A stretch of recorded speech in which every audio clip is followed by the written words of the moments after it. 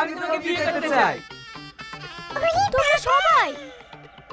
এত কথা বলতে পারবো না, আমি চাই। কিন্তু বিয়ে করলে তো আমি একজনকে করতে পারবো। এটা আবার কোনো ব্যাপার হলো? তোমার যাকে পছন্দ তুমি তাকে বেছে নাও। রোহান তুমিও? না না বৌদি, আমি তোমার জন্য আসিনি, আমি মাইকে ভালোবাসি। সত্যি? হ্যাঁ মাহি, আমি তোমাকে ভালোবাসি। I love you.